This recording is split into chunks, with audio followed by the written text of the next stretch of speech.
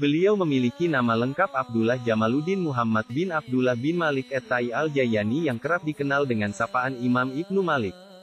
Beliau mendapatkan nama lakop, julukan Jamaluddin dan nama kunya Abu Abdullah dilahirkan di kota Jayan Andalus, sekarang, Spanyol pada tahun 598 Imam Ibnu Malik berpindah dari tanah kelahirannya di Andalus ke Damaskus sampai beliau wafat di sana pada tahun 672 Pada masa kecil, Imam Ibn Malik menuntut ilmu di daerahnya, terutama belajar kepada Syaikh Al-Syalaibuni, W. 645 Setelah menginjak dewasa, ia berangkat ke timur untuk menunaikan ibadah haji, dan diteruskan menempuh ilmu di Damaskus. Di sana ia belajar ilmu dari beberapa ulama setempat, antara lain Imam Al-Sahawi, W. 643 Dari sana berangkat lagi ke Aleppo, dan belajar ilmu kepada Syaikh Ibn Yaisi Al-Halabi, W. 643 Di kawasan dua kota ini nama Imam Ibnu Malik mulai dikenal dan dikagumi oleh para ilmuwan, karena kecerdasan dan pemikirannya yang jernih. Ia banyak menampilkan teori-teori nahwiyah yang menggambarkan teori-teori mazhab Andalusia, yang jarang diketahui oleh orang-orang Syria waktu itu. Ibnu Malik belajar kepada banyak ulama. Berikut ini adalah guru-guru Ibnu Malik di belahan dunia Islam bagian timur, Al-Sahawi, W. 643 Syaikh Ibnu Yaisi Al-Halabi, W. 643 Syekh Hasan bin Sabah Syekh Ibnu Abi Syakar Syekh Ibnu Najas Al-Mausili Ibnu Hajib Ibnu Amrun Muhammad bin Abi Fadal Al-Mursi di dunia timur, khususnya di Damaskus dan Aleppo. Ibnu Malik sangat terkenal dan dikagumi oleh para ulama lainnya. Karena dia termasuk ulama yang pandai, cerdas dan kreatif. Dia memberikan warna baru dalam ilmu gramatika bahasa Arab.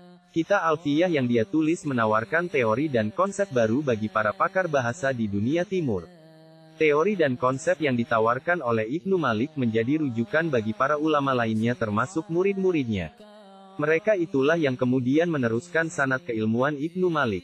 Berikut ini adalah murid-murid Ibnu Malik: Muhammad Badaruddin, W. 686 Anak Ibnu Malik Imam Nawawi Ibnu Jawan Ibnu Munaji Al-Yunaini Baha Petik Terbalik bin Nuhas Syihabuddin As-Syaguri Ibnu Abi Fat Al-Bali Al-Fariki Ibnu Hazim Al-Azrai Ibnu Tamam Et-Tali Majduddin Al-Ansari Ibnu Attar, Alauddin Al-Ansari Abu Sana, Al-Halabi Abu Bakar Al-Mizi Ibnu Syafi, Badaruddin bin Jamaah Ibnu Ganim Al-Birzali Ibnu Harb Syairafi Al-Zahabi Ibn Jamaah di antara penulis-penulis syarah Alfiyah lainnya, yang bisa ditampilkan dalam tulisan ini, adalah Al-Muradi, Ibn Hisham, Ibn Aqil, dan Al-Ashimuni.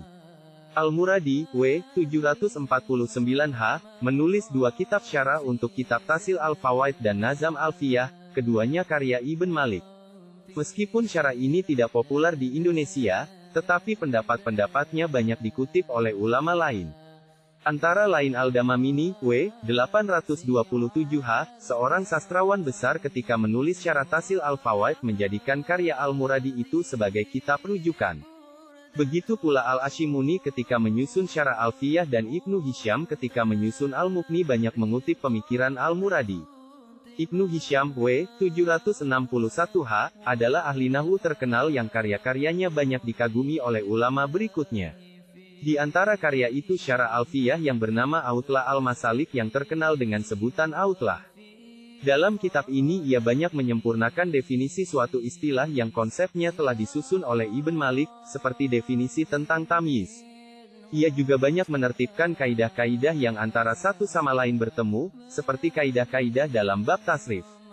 Tentu saja, ia tidak hanya terpaku oleh mazhab Andalusia, tetapi juga mengutip mazhab Kufah, Basrah, dan semacamnya. Kitab ini cukup menarik, sehingga banyak ulama besar yang menulis hasyiyahnya.